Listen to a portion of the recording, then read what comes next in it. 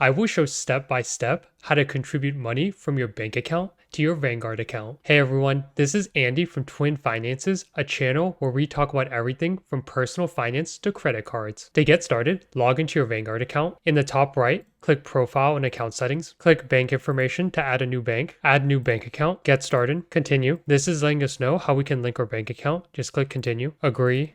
Continue. Select your bank from this list. In this example, if I wanted to link my Bank of America, I would just select it here, hit continue, and just follow the rest of the instructions to connect your bank account to your Vanguard account. Once you have linked your bank account, we can just go to Transact, transfer cash, deposit to my Vanguard account, select the account to deposit money in. In this example, I would do my Roth IRA. Select the bank account that you just added, enter the amount you want to transfer. In this example, I would just do $1 and hit continue. This is a confirmation page. Just confirm all the information is correct, and if it is, just click submit. And now you have successfully contributed money from your bank account to your Vanguard account. Thanks for making it this far into the video. If you're interested in learning how to automate your investments, click on the video on your screen now.